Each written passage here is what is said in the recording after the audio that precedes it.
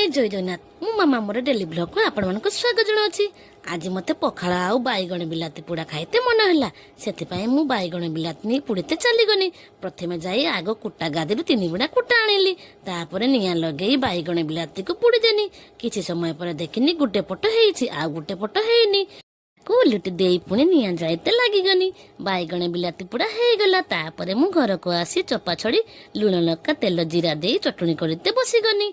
मने पड़िला चटणी रे पियाज न पड़िले खाइबा को भल लागेनी। पियाज आने काटिकी चटणी रे पकेदेनी तापरे मिकु को डाकी पखाड़ा खाइते बसीगनी। मिकी कहला ओ आज सकाले खाइबा भल लागला एमिति सबदिन नुआ नुआ रेसिपी बनिब। कहली ठीक अछि एमिति नुआ नुआ रेसिपी करी मु तते सबदिन खुआइबी। आपण माने मो भळे जदि बाईगण बिलाती पुड़ी पखाड़ा खाउछन कमेंट रे कहिबे। आ एमिति नुआ नुआ गाँ रो वीडियो देखिया पई मो चैनल को सब्सक्राइब कर दियंतु। वीडियो टी भल लागले लाइक करिवे कमेंट